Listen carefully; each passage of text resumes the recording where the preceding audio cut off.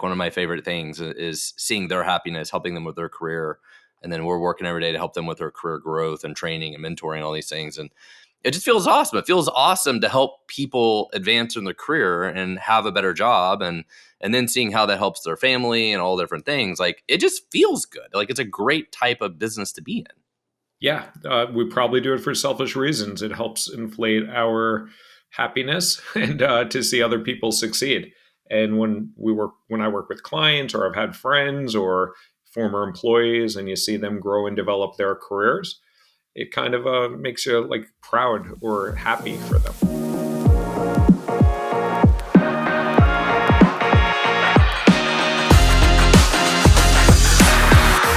And we're back for another episode of the Startup Hustle. This is your host, Matt Watson. Today, we're talking to Alan Stein, who is the founder and CEO of Kadima Careers. Today, we're going to be talking about how his company helps people with career acceleration, helping professionals try and find better jobs and helping them do that. We're also going to talk about his experience working as a VC. We're going to talk about his side hustle and building this business and lessons learned from starting a side hustle and going through that process. We're talking about a lot of interesting things today.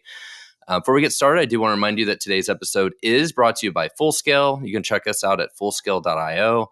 As you guys know, we help people build software development teams. We have over 300 employees in the Philippines, front end, back end, mobile, QA, whatever you need help with, we can help you.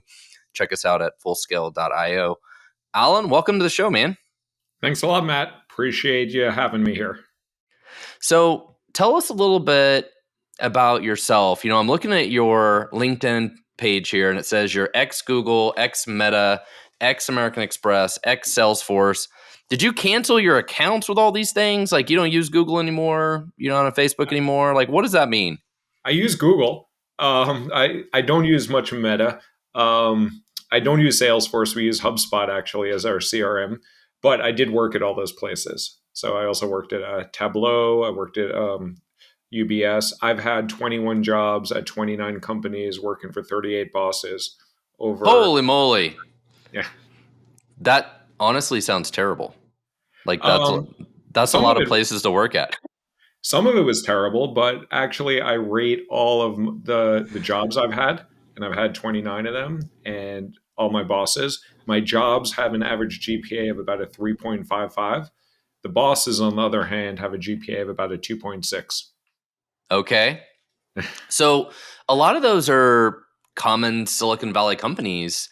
Did you live in California for a while, or you have always lived in New York? I'm a lifetime New Yorker. Okay. For the last 15 years, though, before starting Kadima, I've reported to people on the West Coast, but Okay. I've been a New Yorker for all my life. Well, it sounds like your experience through all those kinds of companies must give you an incredible amount of experience and viewpoint for a lot of different things. I'm sure we'll learn a lot from you today. And then, you know, you also worked at a VC firm for a couple of years, so I'm sure there's a ton we can learn from you. And I think all of your experience working at those big companies must have a lot to do with why you started Kadima, trying to help people probably get jobs at a lot of those kinds of companies, right? Yeah, totally. So I've been on both sides of the interview table. I've interviewed probably 2,000 people in my career, not as a recruiter, not as a headhunter, but as a hiring manager. And I've also probably been interviewed between 1,000 and 2,000 times across my career, because to get those 29 jobs, I had to fail on trying to Yeah. get a lot more jobs.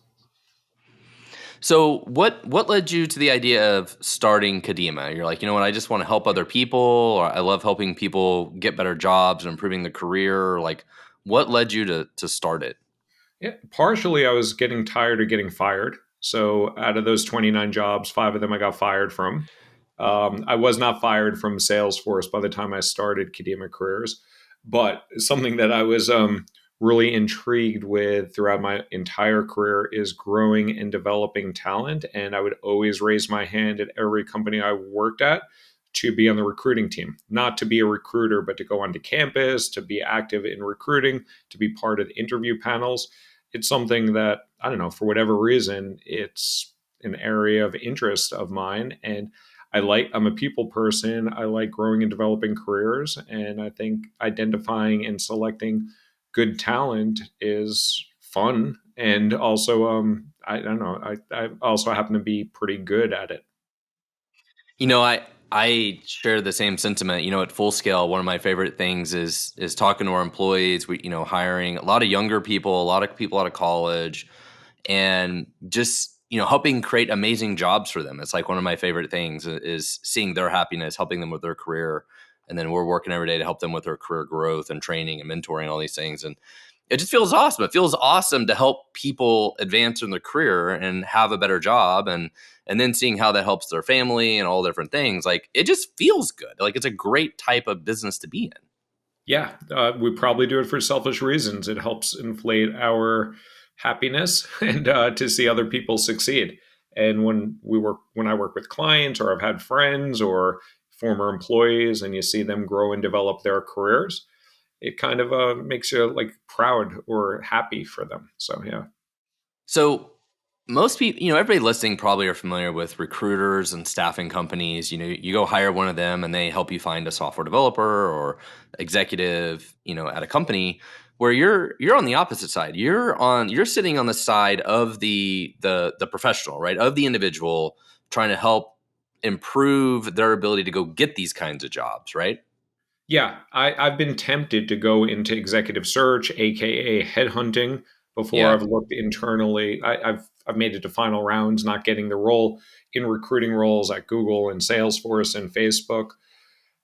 None of those roles really sat well with me because they're all working for the company. They're all working for, yeah, and I fundamentally care about the individual. So I'm on the candidate side. We work for the candidate at Kadima Careers. We actually have developed all our incentive structures for our team and our metrics to focus on the best outcome for our clients, and that is getting jobs quickly, confidently, and with lots more money. So what are the types of individuals you're working with for these kinds of roles? Are they just generic, like, marketing, sales, operations, development, just kind of leadership positions? Like, who is your target customer for this? So, because my career has spanned seven different careers, I've pivoted my career seven different times. I've worked in venture capital, I've worked in banking, I've worked in baseball, I've worked in marketing, I've worked in big tech. I've realized that the job search and job acquisition is essentially the same. There's a couple of tweaks in different industries, like management consulting. If you're getting a job at McKinsey, BCG, or Bain, there's some different idiosyncrasies there, but getting a job is essentially the same. So we work with clients across the board, across functions, across industries, generally people with 5 to 25 years of experience, but areas like you said, marketing, finance, sales, customer success, operations, dev, engineering, product management, it's really all the same stuff. Okay. So I'm curious, what do they end up paying for that, or somehow you get like a cut of them getting hired by the employer? Like, how do you make money from this? We started with an income share agreement where we basically took a percent of their first year comp, and it didn't sit well with me. And actually, like some of our very early clients, I wound up getting paid a lot of money very quickly for very little work. So we actually have changed our model to a pay upfront, or a monthly membership fee, and people pay us between $2,500 and $10,000 depending on the level of service they want. And we work with them until they get a better job, and then we help them negotiate their offer, and then we help them in their first 90 days at that company. Well, I'm gonna guess there must be a big ROI from that, right? Like, what is the kind of average ROI that these people see?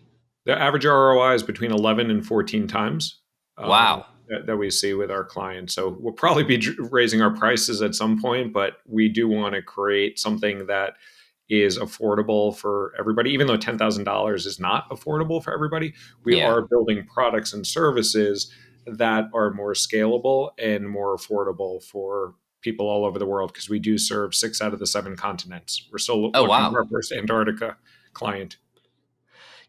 What's fascinating though is you can go get a job at a place, and like, say if I want to be a CTO somewhere, there might be one place that would pay 180,000 a year, and there might be some other place that pays 300,000 a year, and another one that pays 500,000 a year, right? Like, it can be all over the board, and To some degree, it's up to the candidate to the type of company they want to work at. Like, I don't want to work at this big company. Maybe they would pay me 500, but it's like, no way I want to work there. It's like all the companies you mentioned, like I personally would never want to work at any of those places. I'm not a big company guy. I would jump out the window. But when you're working with your clients, it must be tough, right? Because you're potentially helping them with all those kinds of opportunities and trying to help them navigate like making some of those decisions. Yeah. First thing we do with our clients is we sit down and understand what's important to them. So sometimes people care about compensation as their key driver, sometimes work Yeah. life balance, sometimes working with smart people, sometimes working remotely. Different people have maybe people have young children and they need that flexibility there. So different people have different desires. Then we work with them to identify a subset of at least 40 companies that they should target in their search.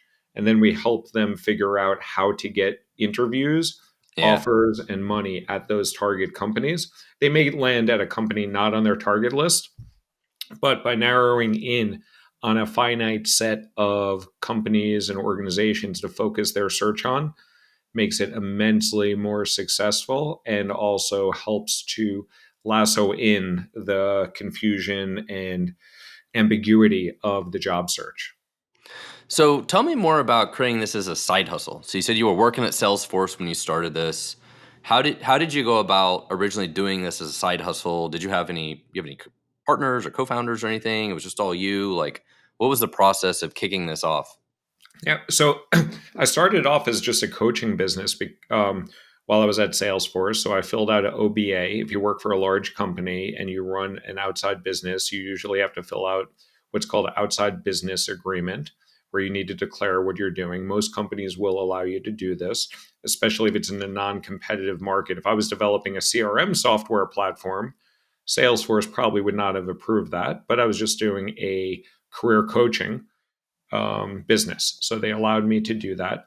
And then I just started marketing my services to friends and family, to my relatively small LinkedIn network at that time. Now it's become slightly bigger.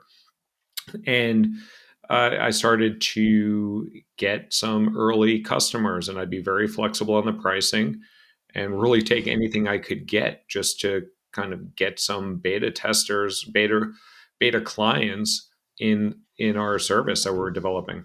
And the service is ultimately going to be built into a product, but for lots of reasons, we decided to build the service before the product.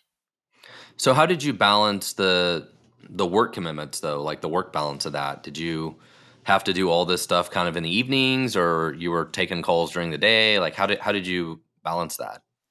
Truth of the matter is, I get very efficient at jobs. That's one of the reasons why I have jumped around jobs so quickly.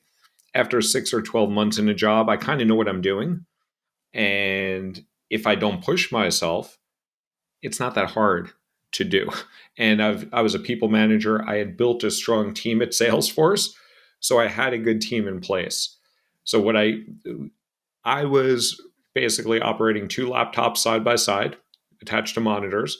I'd be very responsive to my Salesforce activities, and I would go to all those meetings. I would always prioritize that. But during downtime, I'd focus on Kadima, and I would have my two laptops at the ready. If I got a Slack, if I got an email, if I had a need from my boss or my colleagues, I would jump on it. And outside of that, I was focusing a lot of my effort and mind space on building Kadima. So you mentioned potentially building a product. So you also had an idea of building like some kind of product, would be like sort of like a coaching training kind of thing, or helping them find what jobs are out there available. Like what were you thinking about from a product perspective? Yeah. So the approach we take, I'm a very operationally driven person. When I worked at Google and Facebook and Salesforce, I was always building scalable operations. So we've essentially broken down the job acquisition process into operational steps. So we have a system that gets people more interviews, offers, and money quickly. And there's things that you can do in terms of identifying your 40 target companies, figuring out who you know at those companies, reaching out to people at those companies in the right way, having informational interviews, applying to those roles. That can be automated and can be done algorithmically. Right now, we're teaching people how to do this through a series of online courses, spreadsheets.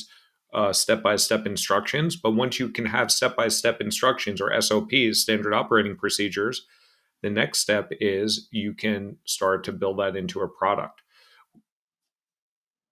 So is this business currently primarily you, or do you have other employees that are helping you now? So we have 21 people on the team, Oh, wow. which includes 7 FTEs and 13 coaches and a salesperson plus myself. Wow. Okay. So this has really grown. Congratulations. Thank you. It's been three plus years, and it's been ups and downs and all between. And I actually shut it down for a few months at one point when I was dealing with tough times from an anxiety and depression perspective. But things are been moving forward nicely, and January was one of our strongest months ever. So how long did you continue to work at Salesforce before you started doing this full time? About 15 months. So I Okay. started it in July 2020, and then I left Salesforce on September 21st, 2021, the first day of fall. So I like to call it the fall of Al. Okay. So when you at that point, were you still the only employee, or did you have other employees At that already? point, I was the only person. Okay. I don't know. I might have brought on a VA, a virtual assistant, Okay. at some point. I forget when I did that. I don't know if I was at Salesforce. I think I did that while I was at Salesforce. I definitely did, because I had a hard time um, uh, meshing my two calendars, because I wasn't allowed to have my Salesforce calendar talk to my Kadima calendar. Yeah, So yeah. That makes it really hard. I would take a screenshot of my calendar every week, and I would send it to my VA, and then she would add those meetings in, not the specific meetings Yeah. at Salesforce, but just like those blocks of time, because my primary responsibility was Salesforce, because they were paying Yeah. me north of $500,000. So I had to prioritize that. Yeah, I had that same problem, but I just used Calendly. It's like I was able to connect Calendly to both of them, and then I just give people Calendly. Like, you want to book time, Yeah. Calendly. It's the Salesforce only way I wouldn't could do it. allow that because of there was very tight security for big tech Yeah. companies like that, where I wasn't able to mingle that information, or at least not in a way that I was able to figure out. So I just took screenshots and sent it over to my VA. So did you work at Salesforce until basically you had the revenue to replace your previous income, or did you just how did you think about making that transition? I was hoping to get to that point, but because I happened to report. Anyway, I was hoping to get to that point, but because Salesforce wanted to get rid of me, not because of Oh, Kadima related things, okay. we wound up negotiating an exit package for myself sooner than I would have liked to. Okay. But it was like I would have probably just been there 6 more months if we didn't negotiate that exit package. So, this started out as a side hustle for over a year, and eventually you transitioned to this full time. When you transitioned it full time, did it dramatically help you grow and scale it? Like having much more time to wake up every morning and that was your only focus? You would think. You It would probably think. made it. You would think it. It gave me a hell of a lot more time. I don't know how efficient I was with that time, and yeah, so it. I think also the pressure began mounting, because while I was at Salesforce, I had nice income, Yeah. benefits. Fortunately, my wife has a job, and she has a great job. She's a doctor at NYU, but she but it put added pressure on myself, and I made lots of Now you got mistakes. to make it work. Got to Yeah, make this work now. exactly. And I got tempted to go back into the corporate world. I actually was still interviewing for roles when I exited Salesforce, and in 2022 I wound up actually getting an offer at Amazon, which I was contemplating taking, and going there, just basically Yeah. getting paid and waiting till I got fired there while I continue to work on Kadima. But I decided not to do that because it would take 60 hours a week to work at Amazon. Well, I feel like the best journal advice for people in these situations is to keep your full time job as long as you possibly can, right? Because Yeah. I think more often than not, people leave their full time job too soon. And then they're like, well, I thought it would only take 90 days, or I thought it would only take 6 months, and I had enough money to last me the 90 days. But then this stuff just takes way longer than you think it's ever going to take to build and scale. It's like if you ever do construction on a house or anything, it's always twice as long and twice as Yeah. expensive or something like that. Yeah, it has taken me a hell of a lot longer to be where I am now. I've lost multiple bets with my kids when I kept saying, I'm going to hit $1 million in revenue by this date. And they're like, no effing way. And they were right. So I owe them, I've lost multiple $5 or $10 bets to my sons. So I have a random question for you. You mentioned that you had a virtual assistant. Where's your virtual assistant from? So she was from a company called Vava Virtual. And I eventually, they wound up switching. They wound up switching out the VA. And then the second VA, I wound up hiring on. And now she Hmm. works with us as a marketing associate. But where is she from? US. So this company Okay. was US based. I have worked with Filipino ones as well, a lot cheaper. Not necessarily any worse quality than the US Yeah. one. Lava Virtual, I found out about through my wife, and I used them. They were very expensive. I Yeah. like the owners of them, but I didn't like the pricing of the VAs. Well, I mention it because a lot of people have virtual assistant from the Philippines, and they always have good experiences with it. And it's the same reason that we have software developers in the Philippines. For the same reason that people love their virtual assistants from the Philippines, they love the software developers in the Philippines. So that's why our business has really grown. We have over 300 employees. So if you're listening and you need software developers, check us out. Yeah, yeah, Fullscale.io. yeah. I haven't used software developers in the Philippines. I've definitely used lots of good talent in the Philippines, and also when I worked at Yeah. Google and Facebook, we had outsourced vendors for the work we did, and we had people in Philippines, and we had people in India and Singapore, and all over the place. And the Yeah. Philippines, it has a lot of great talent. Really, they speak great English, very friendly people, Yeah. and also nice place to visit as well. I've been there 14 times. I'll be back there in 6 weeks. I've So only been there once or twice, but it's a great place to go. have you ever had Baloo?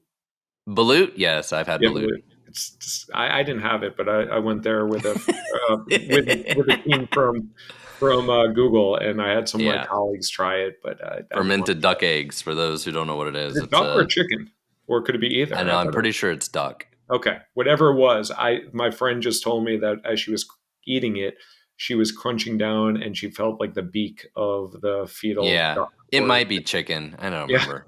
But yeah. It's its own weird thing for sure. Well, so I love your story. It's a great story about building a startup or a side hustle. Um, so how fast have you went from then just yourself to, I think you said 21 employees? You've had like 20 employees in the last 2 years. So I've scaled that up. So I have 7 people that are full time on staff, Okay. either paid as W-2 or contractors. Then I have 13 coaches, and the coaches get paid based on the client load that they handle. So those we can scale up and down. And there's so many great career coach. Well, there's so many career coaches out there, and there's not so many great ones. But I've been fortunate enough to interact with great people at all these top companies. So I'm able to find the good ones, and we actually incentivize our coaches based on the results. So our coaches get 2/3 of their compensation only when they get their client a better job. So what's great about that from your perspective is it also reduces the risk for you, right? Like they're not your full-time employees. You can scale up, you can scale down. If you don't have clients, you're not stuck paying them, right? Like so that's got to be like a really key part of your business that helps reduce some of your risk too, right? Is by working through these coaches that are part-time.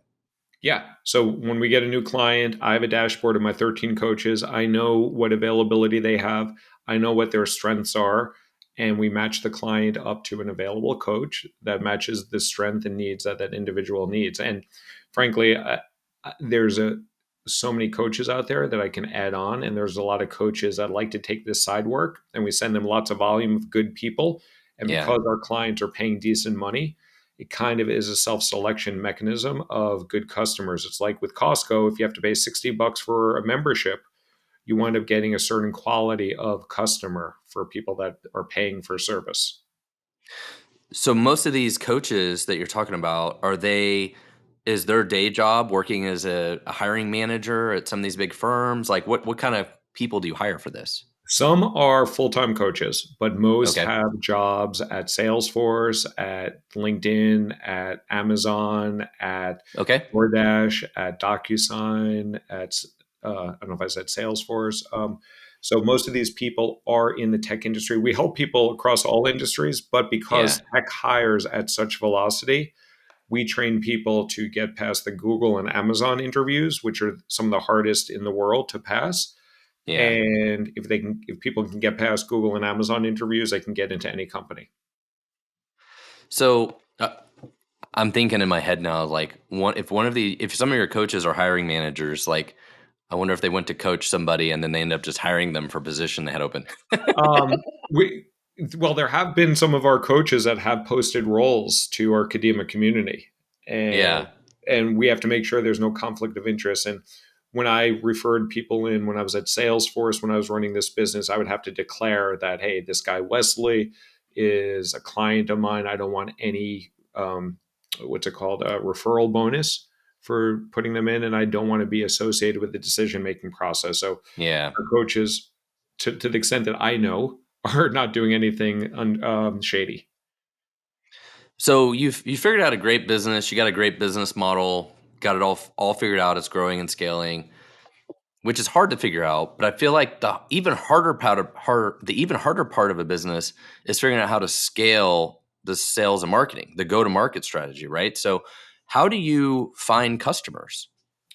LinkedIn is my biggest resource. So I've been Okay. trying to figure out that platform for the last 3 years. I've worked with 3 or 4 coaches. I've read a lot, listened to a lot. Some of it is correct, some of it's not. But LinkedIn is a big source. Also, because I've been fortunate enough to work at Google, Salesforce, American Express, Facebook, and go to Columbia Business School, I have that authority with those 5 different groups, which I could Okay. probably just fish in that pond for the rest of my life Yeah. and be totally fine. But so that's like, I do a lot of speaking events. So yesterday I spoke at Duke. I spoke at Columbia Business School last week.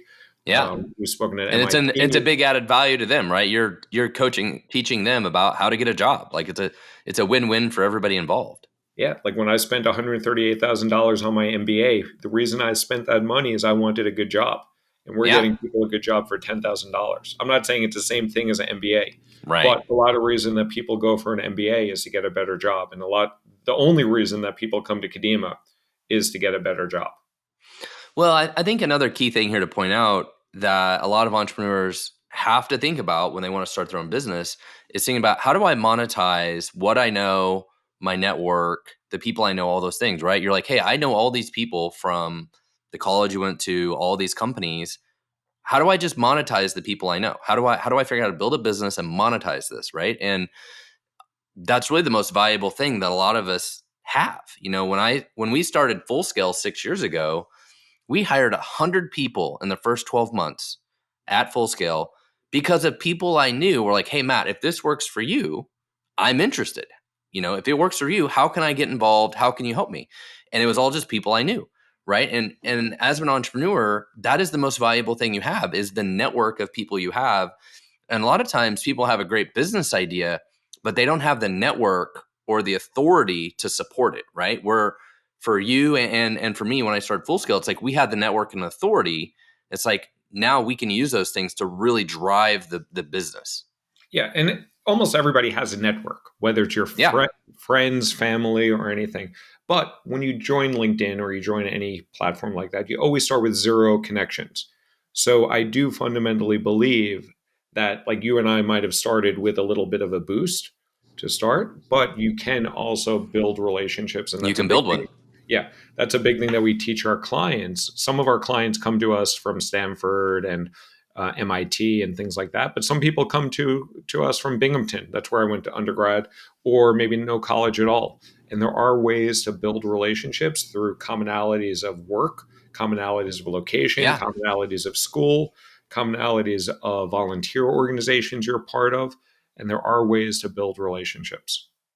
Okay, so I would love to talk to you more about LinkedIn if that's okay. Sure. I use LinkedIn. I record a podcast. I have a blog. I post on LinkedIn every day. It's a huge part about how we grow full scale and how we grow leads and marketing. It works really, really well for us. Sounds like it works really, really well for you too. And you have figured out some formula, even if you've had four different coaches, or these influencer people trying to help you. What can you share with us that has worked for you to grow your business?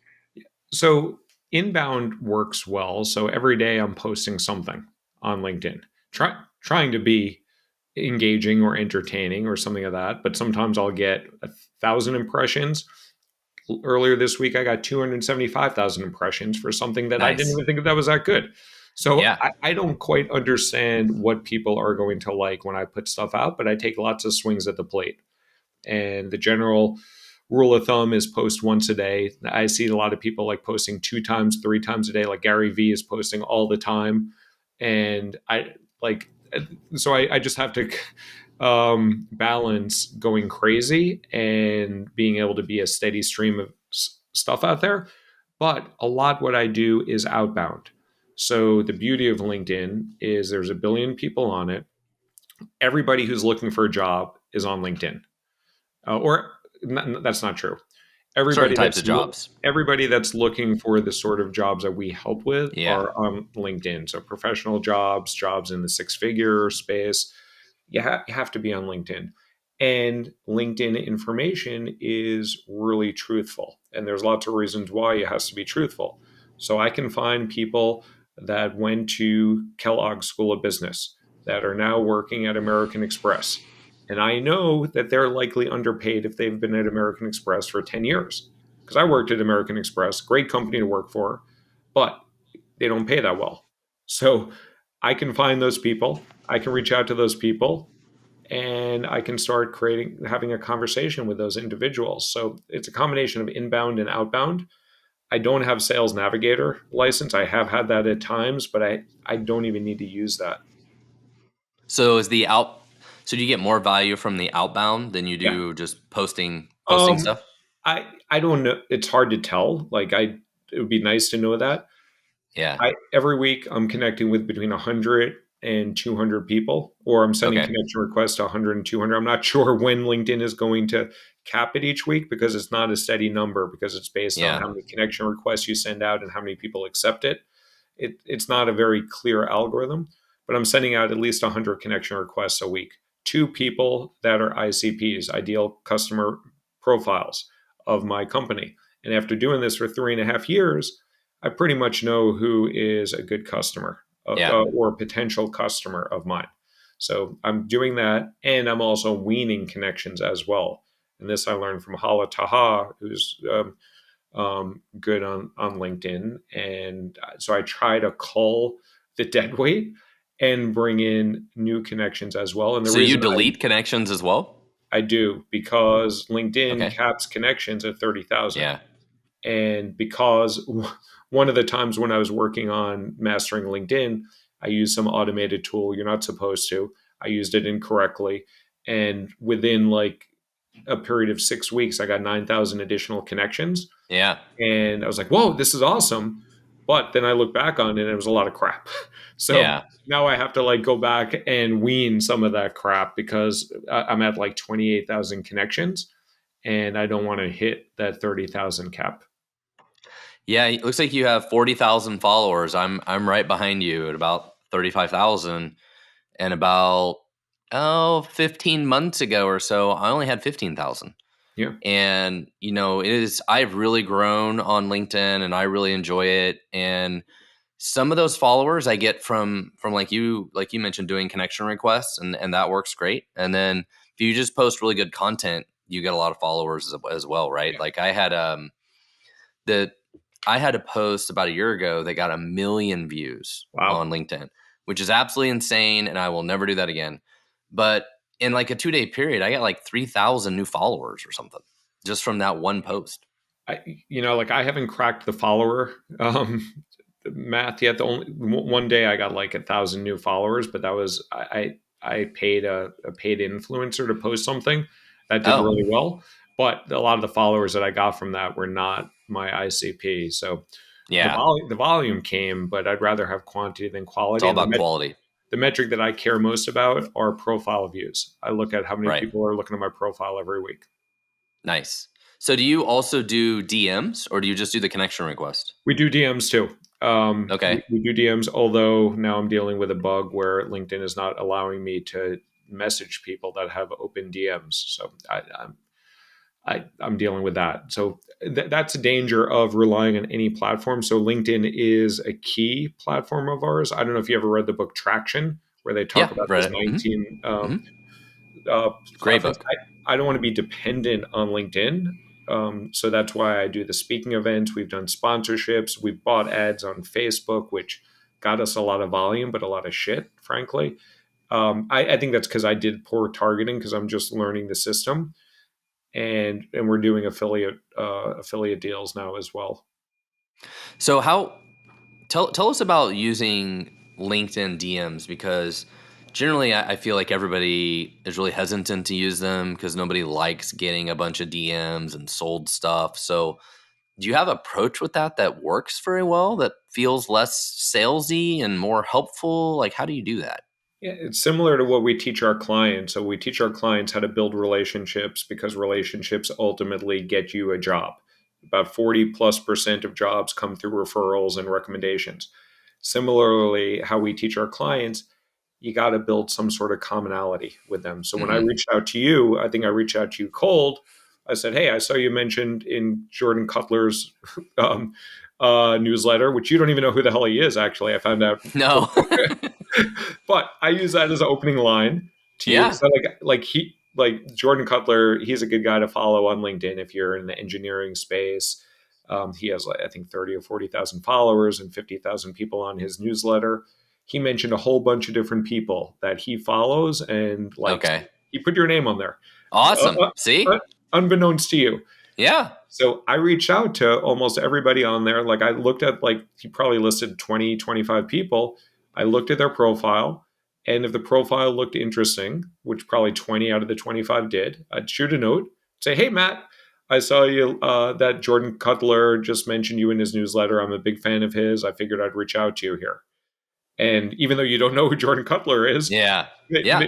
maybe you're a LinkedIn whore like me, and I accept most connection requests that come to me, and you accepted that, and then we started going back and forth, and we're on a podcast together. Not everybody's going to accept those, so I assume when I send those 100 to 150 connection requests out per week, I might get 40 About half. responses. About half. 40, 50%. Yeah, Yeah. yeah, it's kind of hard actually with LinkedIn to figure that out easily without tracking everything on spreadsheets. So, yeah, I used a tool that did it. I used to use a tool that did it, and it wound up being inaccurate, and then we just said, Yeah. screw it. We know this is working. I don't know if it's 40%. I don't know if it's 48%, but it works. So thought leadership and posting on LinkedIn, to some degree, just making noise works, right? Like just making any kind of noise is better than making no noise a little bit. But the better you get at thought leadership, for sure, building a personal brand, creating some kind of influence works really, really well on LinkedIn for your business. It works really well for my business. Have you tried thought leadership ads on LinkedIn? I've considered them. I want to work with a trained professional who knows how to buy ads on LinkedIn rather than me mess around with it. So I'm It's not talking. hard. It's not hard. Okay. Well, I'm talking to a team that can do it. We are going to do that. We're still Yeah. fixing our funnels so that when I start paying for ads, I have paid for ads before, like I said, with Facebook and Yeah. some other things, and then we had leaky funnels, so we wound up losing some of that volume. But yes, the thought leadership ads are the thing that I'm looking at Yeah. on LinkedIn, where you can it's basically like Facebook, where you can just boost your Yeah. post, essentially, like you're pay to play. It so LinkedIn didn't allow this until a year or so ago. You didn't used to be able to do this. You could only do ads that would come from, Kadima or Full Scale or whatever. And people see an ad and they just scroll right by them, right? Like we all hate ads and we don't want to read ads. But what's amazing about the thought leader ads is it just looks like it came from me or it came from you. And it'll say real small, promoted by Full Scale or whatever. and people read them and they engage with them. I've had a lot of success with them, and I really recommend giving them a try. And you just go in and you just take your normal post on LinkedIn, but you go through the ad system and you basically can go back and select that specific post you did, and then whoever posted it, you have to get them to allow your permission to use it as a thought leader ad. And so you could actually do it with other employees that work for you. It doesn't even have to be only you. That has to be people that work at Kadima. Yeah. But it's really, really cool. And I definitely recommend checking it out. It's something fairly new over the last year. And for you, it could be like going in like, hey, people who worked at this or went to this college or whatever, like how we figure out the right people. But yeah, I really recommend checking it out. Yeah, totally going to do it. I went to HubSpot Inbound last year, and LinkedIn was supposed to give me $1,000 credit to use these. They never wound up giving it to me. Like, I got to follow up with that. Anyway, It is on the docket. It's probably going to be a second quarter initiative as we're planning our OKRs. So as we round out the show here, there's one more topic I wanted to ask you about. You mentioned you have international customers, and you had customers in 6 continents, which that is absolutely incredible. One of my previous companies was called Stackify, and we had customers in 60 countries. And it was so cool to me to talk to all of them and learn about their businesses and all the things they did. Was super fascinating. So how has this worked for you as an international business? You attract the same customers just randomly on LinkedIn? Like how are you finding international customers? Yeah. So when I moved to American Express to Google, and ever since Google, I've always worked on global teams. And I realized that there's 8 billion people on this earth and not just 330 million Americans. Yep. And there's lots of great talent out there. And I've hired teams globally as well. It's not all that different globally. There's some different employment law and probation and different paperwork, but the act of getting a job is the same in Portugal as it is in Australia. So we help people get jobs all over the place. Sometimes the visa requirements are tough. We work with a lot of clients that might be in India and want to get a job in the States, and that is a little bit more difficult sometimes because you got to get sponsorship, and we work with people with that, and we have processes to work through that. But if you're in India and you want to get a job in India, we help you get a job at Google in India. Singapore, same thing. Australia. So it's the same process, and we're helping. Do you tweak your fees? We do. So we have 3 different products. We have our coaching products. It costs me the same amount to pay my coaches. So that we don't tweak all that much. But our digital courses, we have parity pricing. So that when we sell our product in Kenya, it's 20 cents on the dollar. In India, it's 25 cents on the dollar. So we basically look at the Economist cost of living index. And whatever it is, we just cut it by that and give them that deal. Yep. That makes sense. Perfect. That's what I was curious to learn about. And you would have to, because people in these countries don't make, they make 20 cents on the dollar, right? So like there's no way they can afford it. Well, this has been super awesome having you on the show. Love talking about your startup hustle Oh my God. Side hustle. Yeah. On Startup Hustle has been great. And congrats on building such a great business and taking the leap from Salesforce. And this has been a super cool story. Again, this was Alan Stein. You can check him out at kadimacareers.com. Follow you on LinkedIn. Once again, this episode was brought to you by Fullscale. You can check us out at fullscale.io as well if you need to hire software developers. And can I just give a plug for our podcast as well? Absolutely. Yes. Tell us about your podcast. So we have the Sick Career Podcast, SYCK. We're changing the name because people say it's not the best name, but it stands for Steer Your Career. The Steer Your Career Podcast, Steer Your Career with Kadima podcast. But we talk to ambitious professionals, senior leaders, people that are trying to accelerate their careers. And Matt, I am going to have you on, so I will send you a link. We can have a podcast crossover here. All right. Would love to have you on there and learn more about your career and your career journey. Awesome. All right. Well, thank you so much for being on the show today. Again, Alan, you can check him out at Kadima Careers. Thank you so much for being on the show. Thanks, Matt. Take care.